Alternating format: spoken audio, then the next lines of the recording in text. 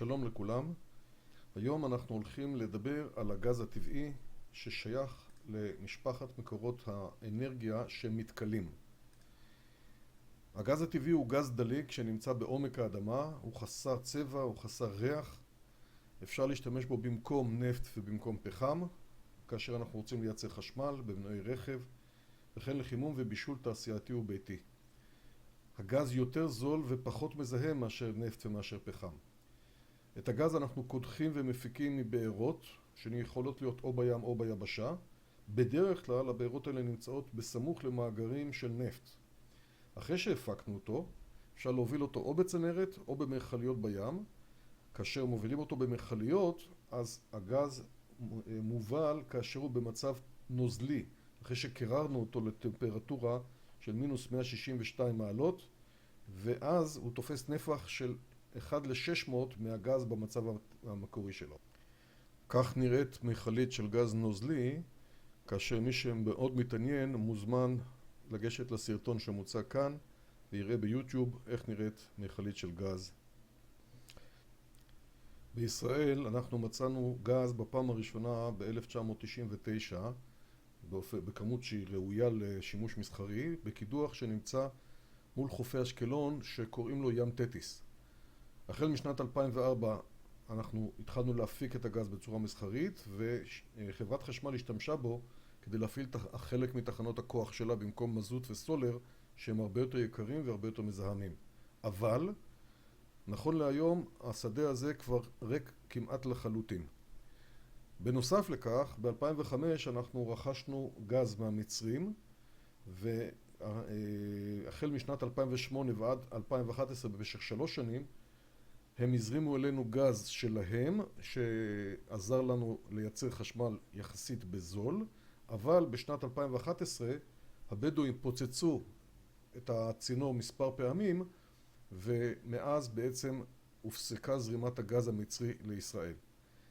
ב-2009 התגלו 3 מאגרי ענק של גז טבעי בשדות תמר ולוויתן, בסביבות 90 קילומטר מול חופי חיפה, ובאפריל 2013 התחלנו להפיק באופן מסחרי מקידוח תמר את הגז, שהקידוח הזה חובר לאחר שהוא חובר בצינור לפלטפורמת הגז מול אשדוד. זוהי המפה של הרישיונות שממשלת ישראל נתנה לגופים שונים לקדוח ולחפש נפט וגז בישראל. אנחנו רואים פה אזורים של רישיונות ביבשה, אבל גם בעיקר אנחנו רואים פה את האזורים של הים. עכשיו אני אעלה על המפה את המקומות שבהם מחפשים בפועל או קודחים בפועל. כל האתרים האלה שאתם רואים אלה מקומות שבהם או קדחו או קודחים, חלק ביבשה וחלק בים. עכשיו יש לנו כאן את האזור של ים תטיס, היכן שכפי שאמרתי היה שדה גז שכבר נוצל. כאן נמצא המאגר של תמר שעכשיו בעצם התחילו להפיק ממנו בצורה מסחרית, וכאן נמצא המאגר לוויתן שכרגע מפתחים אותו אבל עדיין לא מפיקים ממנו. זוהי המפה של תשתיות הצנרת להולכת גז בישראל. אנחנו רואים פה שהניחו קו אחד לאורך קו החוף, ויש לנו קו פנימי, שדירה פנימית, שנותנת לנו שרידות למקרה שיש תקלה באחד מהקווים, כאשר בדרום זה מגיע עד למפעלי ים המלח בסדום, ובצפון זה אמור להגיע עד לאזור תעשייה ציפורית, שנמצא על יד ציפורי צפונית לנצרת. מול חופי חדרה נמצא מתקן מדהים, שזה מין מצוף, אבל בעצם הוא שקוע מתחת לפני הים, וכאשר מגיעה אליו אונייה מיוחדת, הוא יודע להתרומם ולהתחבר אליה כמו פתמה, ולהזרים ממנה את הגז ולהתחבר אל תוך הצנרת הארצית שלנו. מי שמתעניין באיך הדבר נעשה, מוזמן להיכנס לסרטון הקטן הזה ביוטיוב, ולראות גם איך הקימו את המצוף הזה וגם איך הוא עובד. יש לנו כאן דוגמה למפעל שמעסיק למעלה מ-200 עובדים, נמצא באזור תעשייה ציפורית, כפי שאמרתי, צפונית לנצרת, והוא מחכה כבר למעלה משנה שהצינור גז יגיע אליו והם יוכלו להפעיל אותו ולחסוך לעצמם הרבה מאוד מיליוני דולרים בהפעלה של המפעל ולהיות תחרותיים מול יצרנים של אותם המוצרים בטורקיה למשל. כפי שאמרנו, הצינור המיועד עדיין לא הגיע לאזור התעשייה ציפורית, ואז בתור פתרון ביניים רוצים להביא גז למפעל באמצעות משאיות מיכל, אבל יש קצר בין שני משרדי ממשלה. משרד אחד נתן רישיון למשאיות לנוע בכבישים, המשרד השני לא נתן להם רישיון, ובינתיים העובדים של המפעל הזה נמצאים בסכנת פיטורים, כי המפעל מאוד מאוד לא רווחי כאשר הוא משתמש בדלקים יקרים כגון מזוט. לעומת זאת, בדרום הארץ דווקא הצנרת קיימת, והחודש באופן חגיגי נחנך מפעל נגב קרמיקה שפועל על ידי גז, הוא אחד המפעלים המתקדמים ביותר בעולם, והוא יכול עכשיו להיות תחרותי מול המתחרים שלו. לפנינו עוד שימוש בגז טבעי, הפעם בחקלאות, כאשר חממות שהותקנו באזור גדרות הן מופעלות ומחוממות באמצעות גז טבעי. בואו נתבונן במהפכה הזאת קצת במספרים. באוגוסט 2012 חברת חשמל ניצלה למעלה מ-50% פחם כדי לייצר חשמל, והיתר ברובו סולר. גז טבעי היה בסביבות 7-8% בלבד, וזה שאריות של ים תטיס. אפריל 2013, שזה המועד שבו התחלנו להזרים גז טבעי ישירות ממאגר תמר, אנחנו רואים שצריכת הסולר בחברת חשמל ירדה לפחות מ1%. הפחם עדיין קצת מעל מחצי, אבל גז טבעי תופס את כל היתר. ובדצמבר אנחנו רואים שזה מתייצב על 54% לפחם, 0 לסולר או למזוט, ו-45% גז טבעי.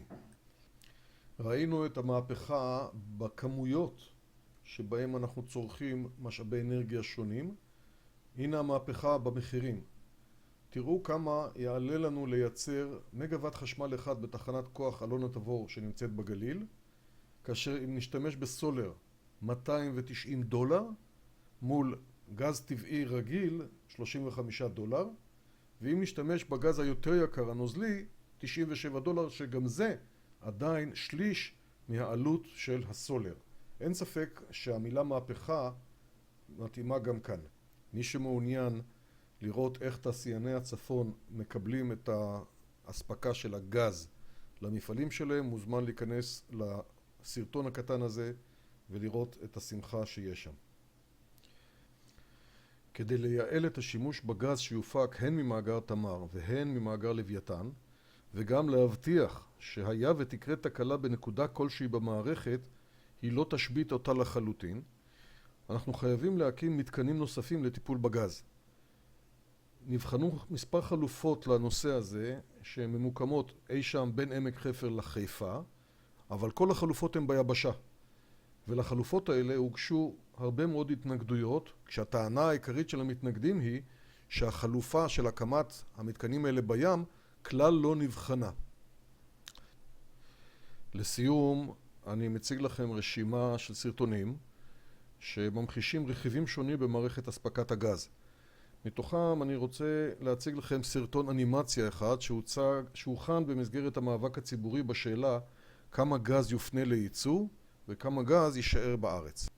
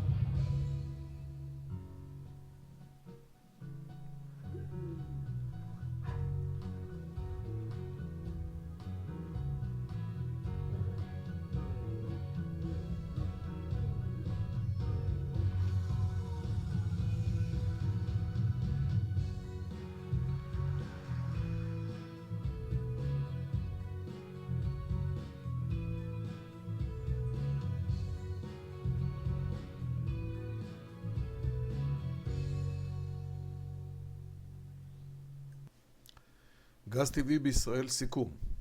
מיום הקמתה סבלה ישראל ממחסור במקורות אנרגיה משלה או ממגוון מצומצם של מקורות ליבוא אנרגיה. החל בתחילת המאה ה-21 ישראל נכנסה לעידן של עצמאות אנרגטית על ידי ניצול גז טבעי שהתגלה לאורך חופיה והקמת שדרה כפולה של תשתית צנרת להולכת הגז לצרכנים. שדה הגז ים תטיס היה הראשון שהתגלה, אך הוא נוצל כמעט במלואו וההפקה ממנו כמעט ונפסקה. במשך כ3 שנים יובא גז ממצרים, אך יבוא זה הושבת בגלל פיצוצים בצינור. החל באפריל 2013 זורם אל הצרכנים גז בכמויות מסחריות ממאגר תמר, הן בצינור והן באמצעות מכלית מגזזת מול חופי חדרה, מה שיוזיל בהרבה את עלויות החשמל והאנרגיה לתעשייה המקומית. עם התקדמות הפיתוח של שדה הגז לוויתן, ישראל תהפוך לראשונה ליצואנית של גז טבעי. שלום ולהתראות.